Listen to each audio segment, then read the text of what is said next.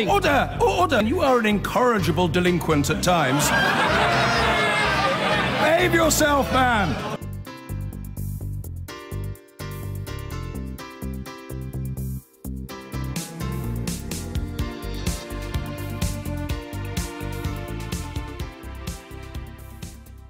A national safeguarding report in Wales has called for all home-educated children to be registered and regularly assessed.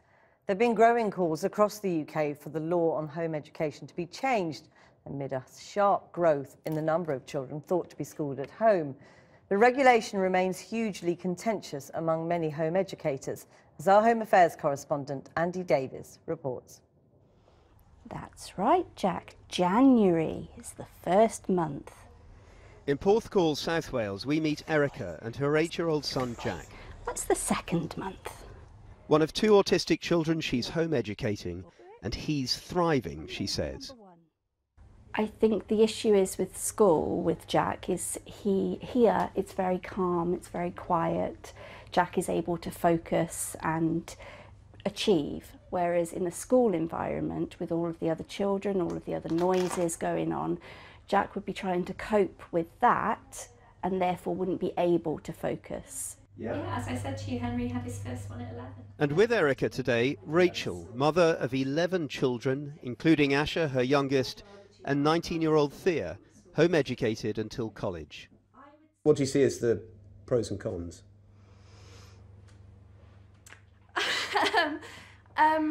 Pros, there are lots of pros, because we get to follow our own interests. Cons, definitely prejudice, stigma. There's a huge idea that we're weird, that we're strange, that we're either much cleverer than everyone else or we're really not anywhere near as clever as anyone else. That way round. Good boy. The number of homeschooled children in the UK has been rising each year, it's thought. Number 5. 2,000 to 3,000 in Wales, it's estimated, perhaps double the figure of 6 years ago. In England, 45,000 could be home educated, according to one recent estimate. But in truth, with no compulsory register, no one really knows. Good boy. Do you have any idea how many children are being home educated in Wales and the rest of the UK? I can only go on, the most important point to make is that we don't know how many children are being electively home educated. And how much is that a concern for you? That is a concern for me, because I don't know whether those children who have never been on a register, who have never been seen by anyone outside the home, I don't know whether they are receiving the most wonderful, child-centred, nurturing education or nothing at all. I suspect both of those could be going on. In the House of Lords last week, some peers described this lack of an accurate figure for home-educated children as an outrage. And across the UK, seemingly, the voices calling for reform in this area are growing louder.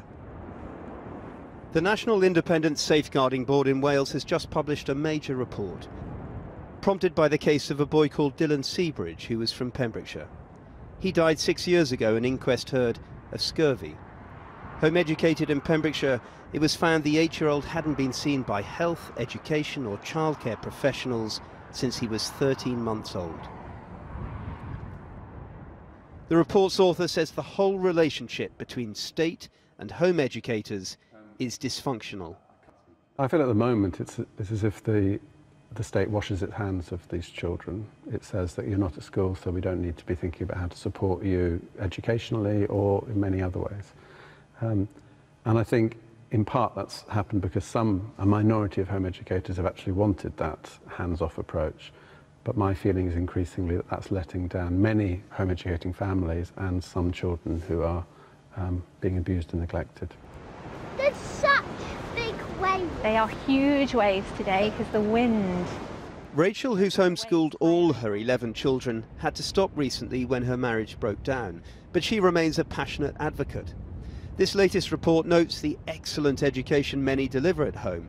It argues the state must offer much more support. But its familiar calls for a register and regular assessments are contentious for many home educators disillusioned by past treatment, even if some in their own family support it. Compulsory registration and assessment, yes or no?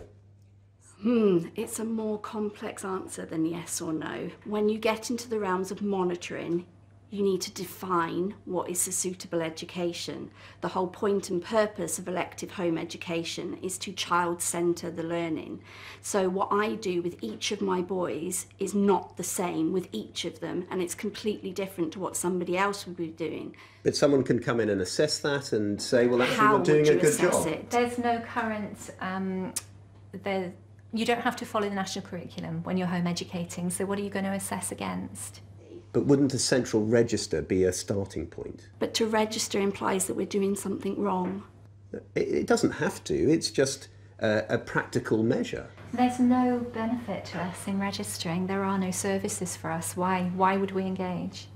Because the local authorities might be able to engage and support you more if they had any idea of how many families were home educated. But the local authorities are coming to us with an attitude of hostility, an attitude of let's round up these children and get them back into school. Why would we come forward? Thea? Yeah. No! She's not mine. A central register? Yes. And regular assessments? Yes.